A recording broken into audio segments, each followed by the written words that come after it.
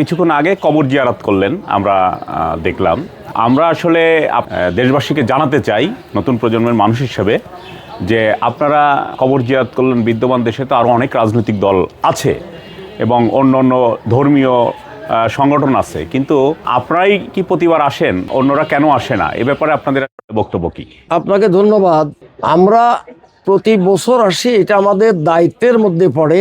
আমরা বিশ্বাস করি নবাব স্যার সলিমুল্লাহ যদি ভারতবর্ষে 1906 সালে মুসলিম লীগ প্রতিষ্ঠিত না করতেন, তাহলে আমরা কোনো স্বাধীন দেশ হিসাবে থাকতে পারতাম, এটা আমরা বিশ্বাস করি না। একটি স্বাধীন সার্বভৌম দেশে যে আজকে নিঃশ্বাস নিচ্ছি, এই শ্বাস প্রশ্বাস নেওয়ার অবদান স্বাধীনভাবে, এটা নবাব স্যার সলিমুল্লাহর অবদান।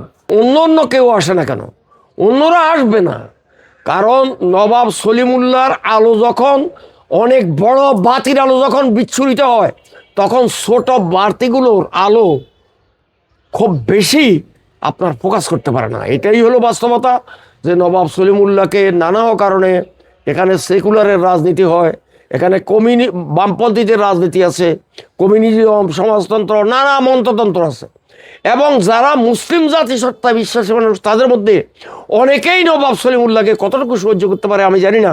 তারা কোনোদিন উনার কবরটি জিয়ারত করার জন্য, সূরা ফাতিহা পাঠ করার জন্য এখানে আসেনি, অথচ তারা মুসলিম জাতিসত্তার নেতৃত্ব করতে চায়, মুসলিম জাতিসত্তাকে মনে করে যে আমরাই একমাত্র মুসলিম জাতি, ওরা কেউ মনে করেন, কিন্তু তারা নবাব সলিমুল্লাহর কবরে কোনোদিন সূরা ফাতিহা পাঠ করার জন্য আসেনি। নবাব স্যার সলিমুল্লাহ দূরদর্শী ব্যক্তি ছিলেন।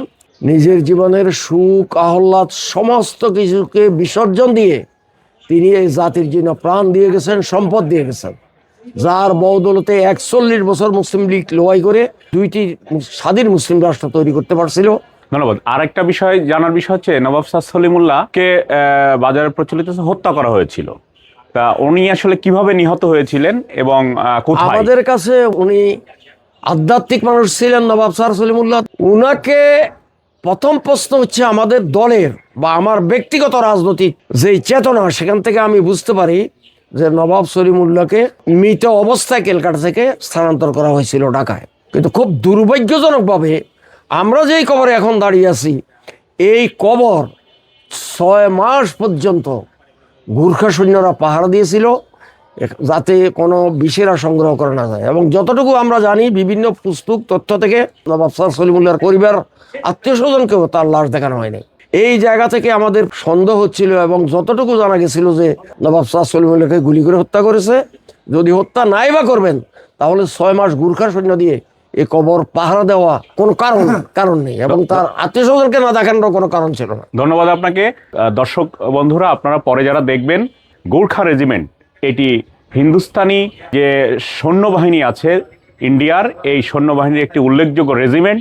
এই রেজিমেন্ট দিয়েই এরা অত্যন্ত বিশ্বস্ত এবং শক্তিশালী বাহিনী, যারা আজ কাশ্মীরে যে হত্যা নির্যাতন হয়, এই গোর্খা রেজিমেন্ট সেখানে মোতায়েন করা আছে। তাদেরকে ইন্ডিয়ান সরকার খুবই আস্থার সাথে সেই ব্রিটিশ আমল থেকে, ব্রিটিশরা যেমন নিয়েছিল তারাও নিয়েছে। ধন্যবাদ আপনাকে। আমরা আরেকটা বিষয় জানতে চাই, নবাব স্যার সলিমুল্লাহর উল্লেখযোগ্য কয়েকটি অবদান আপনি নতুন প্রজন্মের মানুষের কাছে ব্যাখ্যা করুন। নবাব স্যার সলিমুল্লাহর অবদানের কথা আমার মতো মানুষকে বলা বা আমি বলে শেষ করা এটা অসম্ভব ব্যাপার।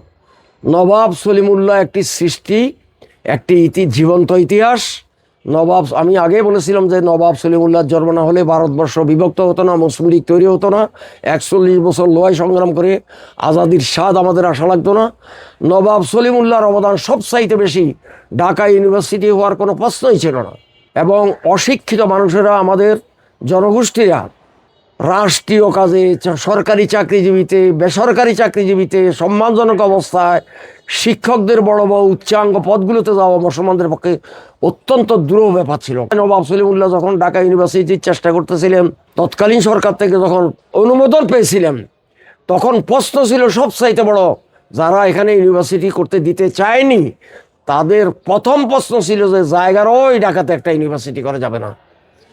এবং তারা বলেছিল যে ইউনিভার্সিটি হবে খেজুরতলায়, এবং মুসলমানদেরকে তখন ব্যঙ্গ করে বলা হতো মুচ্ছহান, যে মুচ্ছহানদের জন্য বাংলায় কোনো ইউনিভার্সিটির জায়গার অভাব হবে, সম্ভব নয়। নবাব স্যার সলিমুল্লাহ 600 একর জায়গা ঢাকা ইউনিভার্সিটি সহ রাষ্ট্রের বিভিন্ন কাজে, আজকে ঢাকা শহরের যতগুলো অবকাঠামো বড় জায়গা, সমস্ত নবাব সলিমুল্লাহর অবদান, তার জায়গার উপরে এগুলো তৈরি করা। মুসলিম লীগের 13 বছরের শাসনে যাহা এখানে প্রতিষ্ঠিত করে দিয়েছে, কল কারখানা, অফিস আদালত, শিক্ষা প্রতিষ্ঠান, বিভিন্ন ইউনিভার্সিটি, বিভিন্ন আঙ্গিকে জাতিকে উন্নত শিখরে নেওয়ার জন্য যাহা করে দিয়েছিল, খুব দুর্ভাগ্যজনকভাবে হলেও আমাকে বলতে হয় এটা আগামী 100 বছরের নতুন সরকারের পক্ষে এগুলো তৈরি করা সম্ভব নয়। কারণ সমস্ত শিল্প এলাকাগুলো মুসলিম লীগের তৈরি করা, সমস্ত ইউনিভার্সিটিগুলো, বড় বড় ইউনিভার্সিটিগুলো মুসলিম লীগের তৈরি করা, সমস্ত বড় বড় শিক্ষা প্রতিষ্ঠান, আমাদের মানে কল কারখানা, অফিস আদালত, অবকাঠামো সবগুলোতে মুসলিম লীগের তৈরি করা অবদান এবং চিহ্ন আছে।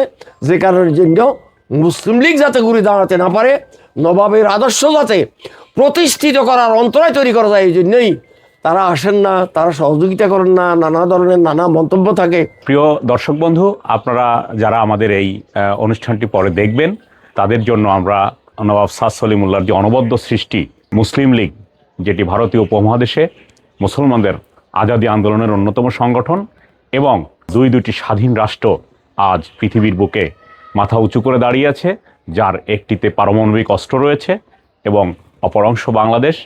এই পাকিস্তান যদি আজকে পারমাণবিক অস্ত্র না থাকতো, তাহলে একটু আগে স্যার যে গুর্খা সৈন্যদের কথা বললেন, এই গুর্খা সৈন্য দিয়ে এই কাশ্মীরের মাটি তামা করে দিত হিন্দুস্তান।